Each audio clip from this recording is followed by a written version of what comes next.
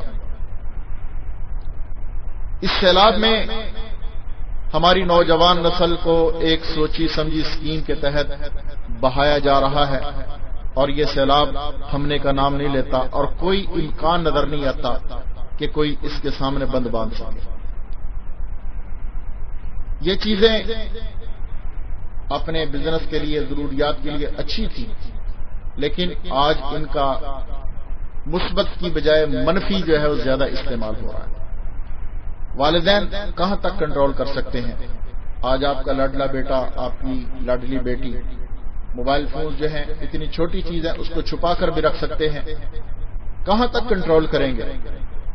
لیکن اس کے لیے میرے بھائیوں، میرے عزیزوں، ضروری ہے کہ اپنی نوجوان نسل کو ہم بچائیں، قرآن و سنت کے راستے پر لائیں، اللہ اور اس کے رسول کے حکموں کے تابع کریں، اللہ اور اس کے رسول کے حکموں کی چھتڑی کے نیچے ان کو لائیں.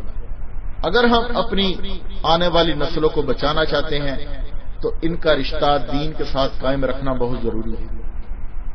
ورنہ آج جو حالات گزر رہے ہیں اور ہر آنے والا دن پہلے سے زیادہ عریانی، فحاشی، بدتمیزی لے کے آ رہا ہے.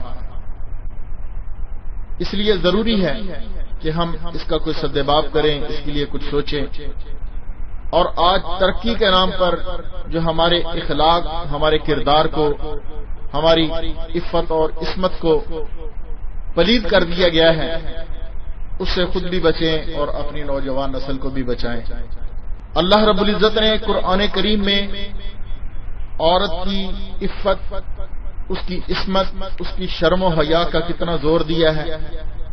نبی اکرم صلی اللہ علیہ وسلم نے بھی احادیث مبارکہ میں کتنا زور دیا ہے.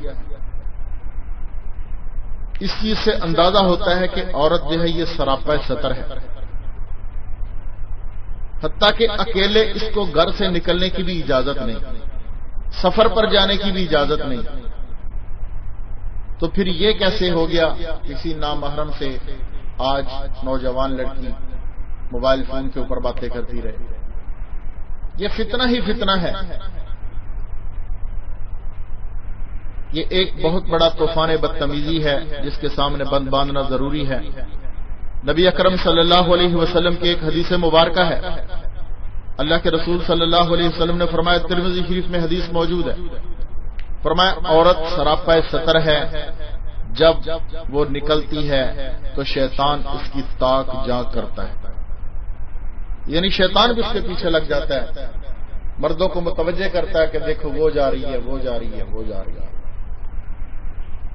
ایک اور حدیث حضرت انس بن مالک رضی اللہ تعالیٰ عنہ سے روایت ہے، نبی اکرم صلی اللہ علیہ وسلم نے صحابہ سے فرمایا، بتاؤ عورت کے لیے سب سے بہتر کون سی جگہ ہے؟ ہمیں اس سوال کا جواب نہیں سوجا. صحابہ فرماتے ہیں ہمیں اس سوال کا جواب نہیں سوجا.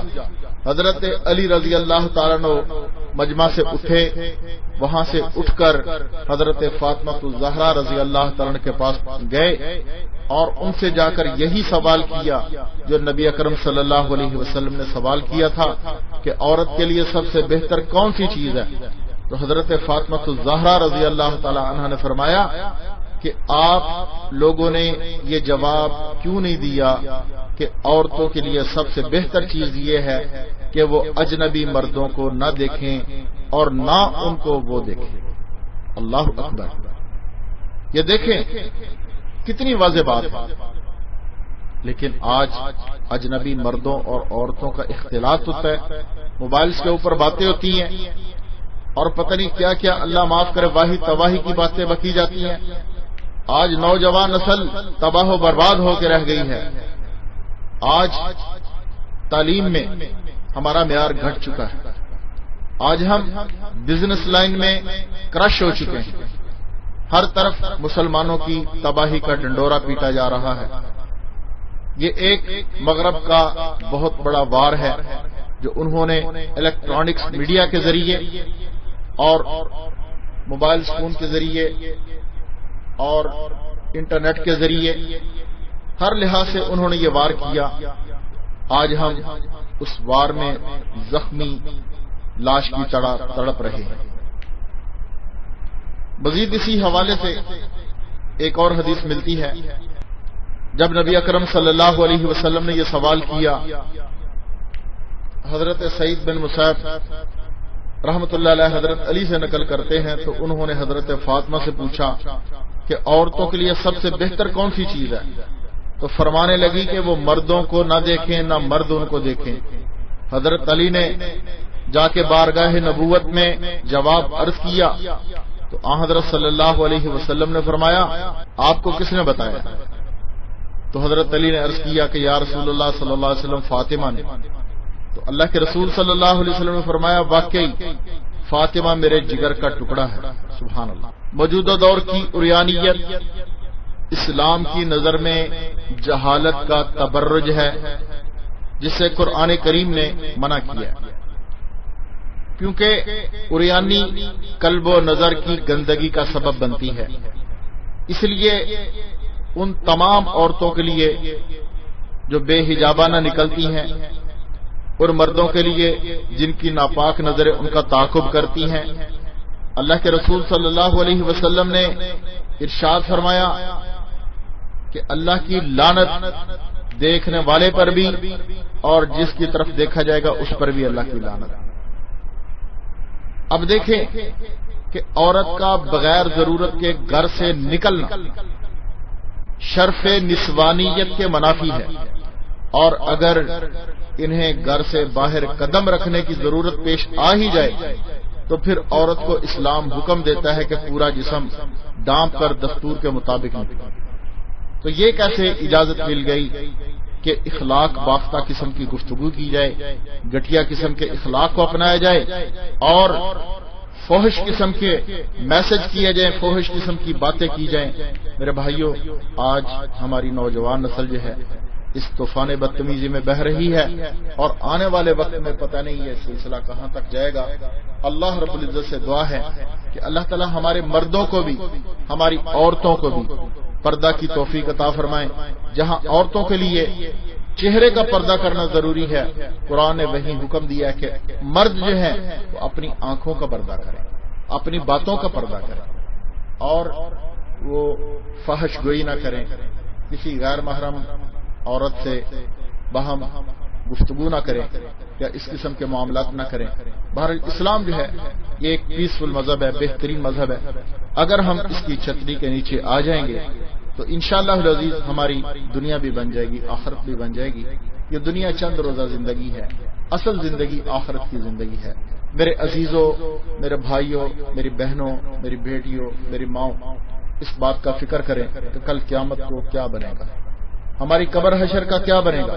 کیا ہم اپنی قبر کو سانپ اور بچھو سے بھر رہے ہیں یا اللہ کی رحمت سے بھر رہے ہیں؟ ہماری قبر جو ہے وہ دوزخ کا گڑھا بن رہی ہے یا کہ جنت کا باغ بن رہی ہے، اس کا خیال کریں۔ جو کچھ میں نے عرض کیا اللہ تعالیٰ مجھے بھی اس پر عمل کی توفیق بخشے، آپ حضرات نے جس نے سماعت کیا یا جو بھی سنے گا اللہ تعالیٰ سب کو اس پر عمل کی توفیق بخشے، اور ہم سب کی زندگیوں میں اللہ تعالیٰ انقلاب برپا کرے، ہمیں قرآن و سنت کے مطابق اللہ تعالیٰ زندگی گزارنے کی توفیق عطا فرمائے۔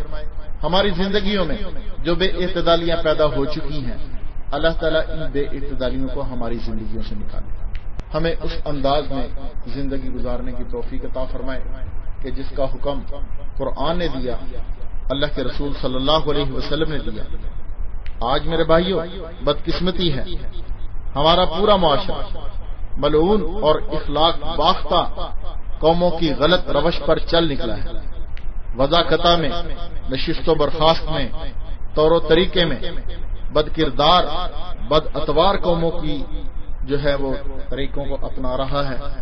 اگر اس خوفناک ذلت اور گراوٹ کو ہم نے نہ چھوڑا، شر و فساد کی اصلاح کی طرف توجہ نہ دی، تو اندیشہ ہے اس بات کا کہ خدا نخواستہ اس قوم پر کہیں قہر الہی نازل نہ ہو جائے۔ ضرورت اس بات کی ہے کہ ہم اپنی زندگی کے رخ کو صحیح کریں۔ اللہ تعالیٰ نے زندگی اس لیے نہیں دی کہ انسان پیدا ہو، کھائے پیے، جانور کی طرح زندگی گزار کے چلا جائے۔ ایک مسلمان جو ہے وہ اسلامی حدود و قیود کا پابند ہے۔ اگر ہمارے نوجوان یونیورسٹیز کے اندر تعلیم حاصل کرتے ہیں تو مردوں اور عورتوں کا اختلاط وہاں پہ زہر قاتل ہے۔ ہماری حکومت کو اس بات کی پابندی کرنا چاہیے کہ مردوں اور عورتوں کا مخلوط تعلیمی نظام جو کہ مغرب کے طرز عمل پر رکھا گیا ہے اس کو الگ الگ کیا جائے، مردوں کے لیے الگ انتظام کیا جائے، عورتوں کے لیے الگ انتظام کیا جائے، کیونکہ اس سے بہت بڑے خطرات پیدا ہو رہے ہیں، بہت سارے غلط روش پیدا ہو رہی ہے، حرام راستے کھل رہے ہیں۔ ایک مسلمان کی زندگی 24 گھنٹے کی زندگی قرآن و سنت کے تابع ہونا چاہیے، نہ کہ حیوانوں کی طرح کہ قرآن جن کو کہا اولئک کالانعام بل ہم اضل، کہ ایسے لوگ جو اللہ اور اس کے رسول کے حکموں کو توڑتے ہیں، کافروں کی روش کو اختیار کرتے ہیں، وہ جانوروں سے بھی گزرے ہیں۔ تو اس لیے بظاہر جیسے بھی وہ ترقی یافتہ اپنے آپ کو سمجھیں، جتنا بھی اپنے آپ کو ماڈریٹ سمجھے، بھائی اصل چیز جو ہے وہ اسلام کے گہوارے میں ہی آنا ہے۔ مسلمان کی شان اسی میں ہے کہ اپنے اسلام کے تابع رہ کر اپنی زندگی کو گزارے۔ گفتگو میری لمبی ہو گئی، اللہ رب العزت سے دعا ہے کہ پروردگار عالم مجھے بھی اور آپ کو بھی اسلام کی حدوں میں رہ کر زندگی گزارنے کی توفیق دے، اور مرتے وقت ہماری زبان پہ کلمہ ہو لا الہ الا اللہ محمد رسول اللہ، اور ہم نبی اکرم صلی اللہ علیہ وسلم کے مبارک اور سنت طریقوں پر مر رہے ہوں، نہ کہ جو ہے وہ مائیکل جیکسن اور وہ دوسرے جو بےہودہ قسم کے لوگ ہیں، ہمارے نوجوان جو ہے اس طریقے پہ مر رہے ہوں، اس طرح کی شکل و صورت میں مر رہے ہوں، کیونکہ قرآن نے کہا کہ مسلمان کی زندگی اسلام کے تابع ہونا چاہیے۔ اللہ کے نبی صلی اللہ علیہ وسلم نے فرمایا من تشبہ بقوم فہو منہم، کہ جو بندہ جس قوم کی مشابہت اختیار کرے گا کل قیامت کے دن انہی میں اٹھایا جائے گا۔ تو اس لیے ضرورت اس بات کی ہے کہ ہم حضور صلی اللہ علیہ وسلم کی مشابہت اختیار کریں اور اپنی زندگی ان مبارک اصولوں کے مطابق گزاریں۔ کہنے سننے میں جو غلطی ہوگی اللہ تعالیٰ معاف کرے۔ سبحان ربک رب العزت عما یصفون وسلام علی المرسلین والحمد للہ رب العالمین۔ السلام علیکم ورحمۃ اللہ وبرکاتہ۔ باریکیوں سے روشنی کی طرف آپ کا رہبر نور علم میڈیا، لائک اور سبسکرائب کیجیے۔